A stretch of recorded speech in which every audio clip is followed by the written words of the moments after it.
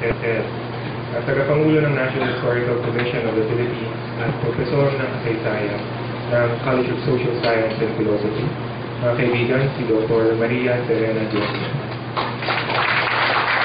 Remembering and forgetting human machines. But death makes it her mission to remind us to remember, even those moments of pain and anguish. In life, the best experiences are the ones we cherish. But there is something in our humanity that, strangely enough, gives memories of grief or violence equal billing. Bride of War is one such example. It is a narrative of both love and the evil of war, and how the tenderness of remembering ties in the seemingly irreconcilable realities of life. That you write beautifully, though I find that you write more eloquently and with greater depth when you write as your mother than as yourself. I especially like the way Deb plays with certain words. One that recurs in her book is the idea of secrets. From her parents' secret wedding, known to the entire army because of the background check on the bride-to-be, but a secret nonetheless because the groom would not tell his mother. To her father's secrecy, even from his wife, about his whereabouts during the war. To her grandmother's secret love story, and her own father's unspoken Tagalog roots. Secrets are the stuff of family memory, and death bears them with dignity. The line between memory and history is a faint one, and Ted's book weaves in layers of memory. Hers, of her mother's, and her mother's own, which intersperse with ease. As Ted says at the end of her book, her mother's memories became her own, and that is typical in the field of memory studies. At a conceptual level, memory and history act as discursive tools for organizing a very personal or family past, and then relating it to the here and now.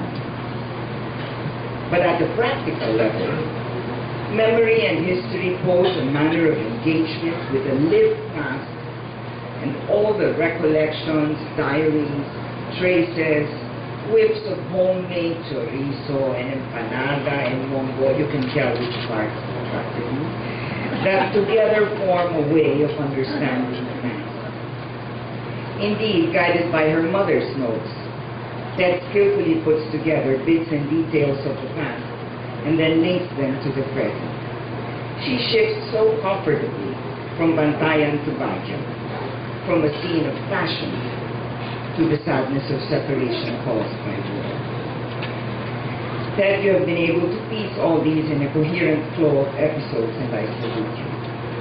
Contrary to the common perception of memory as a mere jumble of fragments, Ted presents as a firm narrative that connects from one chapter to the next. Reading Ted reminds me of how Anne Muckfield describes family history, and I quote, "Family memory is also and above all a presence inside us, which recalls itself to us on the basis of images, impressions, and sensations. When it opens up its doors, it lets out, as if by magic, a burst of odors, sounds, an anecdote, a familiar joke, an object, a photo, the voices of familiar characters, the memory of their bodies, of their gestures, like an image of a childhood place, a recipe, etc. All of these evocations working as cues to bring the past back into the present," end quote. And this Ted does exceedingly well. Sabahan ako kung may kilig sa mga komentaryo. Parang defense ng PhD dissertation. Ngayon, pakinggan natin yung ikatlong komentaryo. Mula naman sa Kuleyo ng Pangmadlang Komunikasyon, ang Dekano ng College of Mass Communication, si Dr. Rolando Tolentino.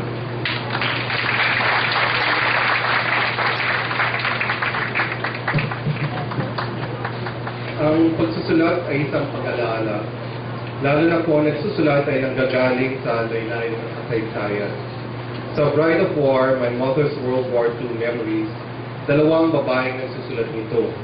Isang kabataang babaeng nag-asawa sa bisperas ng isang digmaang pandaigdigan, kasama ang kanyang opisyal at kapiyak sa pagtakas at pamumuhay laban sa mga Hapon at mga 50 taon matapos nagka-stroke.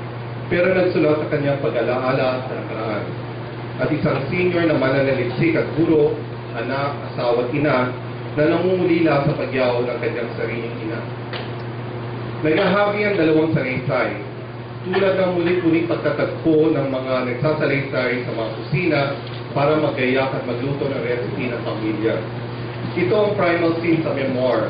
Ang kusina bilang pamilya na lunan na sa bahay para hanapin ang espasyo ng pag-uunlad at pagkausad ng buhay, mga mahal sa buhay na nauna nang umayo. Ang iba ay nananatiling nakalagay sa peligro at bukana o portal para balikan ang trauma at ligaya na nakaraan at hanapin ang puwang sa kasalukuyan. Ang memoir ay transgenerational. Ang pagsasalaysay ay nag-uugnay sa dalawang henerasyon ng babae sa pamilya na siya rin nag-uugnay sa kanilang pamilya sa nakaraan at kasalukuyan. Ang ginawa ng autor ng libro ay sinupin ang naisulat na alaala ng kanyang ina at namagitan sa transformasyon nito sa isang memoir. At malinaw na ang kanyang dugtong na proseso para matiyak na ang manuskrito ng ina ay mailathala ay nangangailangan din ng sariling pagbabalik-gunita sa nakaraan, sa buhay at panahon ng kanyang magulang, at sa espesyal na mga maliliit na tagpo sa kusina sa Baguio Man o sa Mapayapa Village 3. Minumungkahi ni Maceda na magsulat ang kanyang ina matapos magka-stroke para hindi mawala ang alaala at para maibalik ang dexterity ng isip at katawan. Mabigat ang proseso ng pagsusulat ng kanyang ina at tulad ng maraming babae, mas nanaisin pang ikwento sa informal na pagkakataon ang salaysay kaysa isulat. Bakit nga naman susuluhin ang paggunita sa digmaan, kamatayan at pagsaksi sa panggagahasa kung ang mga alaalang ito ay naiibsan kahit bahagya sa pagkukwento sa iba, lalo na sa mahal sa buhay. Nang yumao si Flora Aguilar Jimenez, inako ni Maceda ang pagsusulat, ang pag-alaala, ang pagtatahid, paghahabi, ang pangungumpisal, ang paglaladlad ng mga detalye, relasyon at kabuuan. Ang ethos ng mungkahi ni Maceda sa ina ay magiging mungkahi sa sarili, laban sa pagkalimot, na tila payo rin ni Pilosopo Tasio kung bakit ito nagpupuyat sa pagsusulat, para hindi masabi na lahat ay nangahimbing sa gabi. Alam ito ni Maceda bilang historiador at ng panitikan at kaganapan, lalo na ang kanyang seminal na pag-aaral tungkol sa popular na awit ng Balahak bilang paghihinuha ng kasaysayan ng kilusang anak Pawis. Tayo raw ay isang bansang manipis ang alaala, na may amnesia, walang pakiwaring katarungan, dahil ang kasaysayan ng bansa ay parati tulad ng lumang plaka, nagagasgas sa pag-uulit nito. Nagpatalsik ng diktador pero matapos ng 2 dekada, 3 sa kanila ay opisyal ng pamahalaan ngayon. Nagpatalsik tayo ng pangalawang presidente, pero sinakdal na patunayan nagkasala at pinatawad ng nanunungkulang presidente. Nanganganib na madala sa korte itong nanunungkulang presidente na nagpalaganap ng kultura ng impunity, pati ang kanyang matador na si Rodrito Palparan dahil sa panibagong teleserye ng bayan, ang impeachment ng Chief Justice ng Supreme Court. Sa mas mahabang kasaysayan, matapos ang madugong kamatayan ng milyong Pilipino sa Filipino-American War, ang US pa rin ang pinapangarap na destinasyon para sa trabaho at magandang bukas ng ilan ng henerasyon. Ang madugong karanasan ng World War II at ang atrosidad ng Japanese Imperial Army ay napalitan na ng kasiyahan sa Hello Kitty, J-pop, at Japanese telenovela, manga at anime, at ng ilang daang libong kababaihan na kapagtrabaho at nagkasupling mula sa kanilang asawa sa Japan. Ang mabigat ay nagiging mapusila, ang madugo nagiging kawaii o cute, ang trauma nagiging dayuhang bansa. Ang pag-alaala ay sumasablay, tumutungo sa pagkalimot at higit pang pagkawalis sa laylayan ng kasaysayan. Ito sa isang banda ang paghahabol sa mga nauna na sa atin na makapaglatag ng kanilang puwang sa kasaysayan ang microhistory ng pamumuhay at kaligtasan sa puwersa ng may aktwal na kapangyarihan.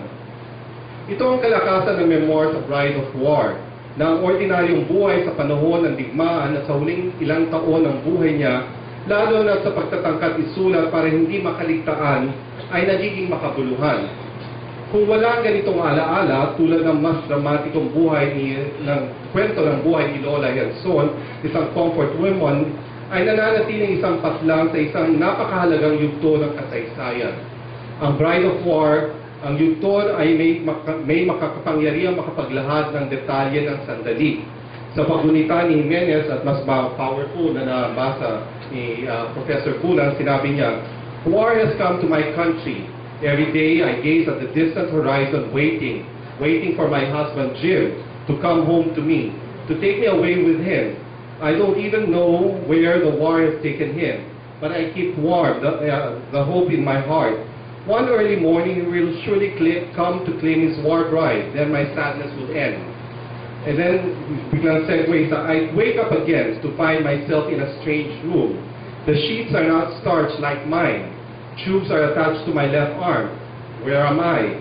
I call Lulu to ask her, but she does not respond. I try again, but the words refuse to come out of my mouth. I give up, and I close my eyes and try to sleep." Ang nakaraan at kasalukuyan ay nahahabi at hindi sa pinaka-perfectong ugnay. Ang sandali na pagunita ni Jimenez ay sa pagkaratay sa kama. Nagpapagaling mula sa stroke, ang nakaraan ay nasa kasalukuyang sandali. Ang sandali naman na tinatahi ito ni Maceda o ni Ted ay naalaala na rin niya ang kanyang ina sa kwarto nito o sa kusina sa sabayang sandali ng pangungulila sa pagyao nito.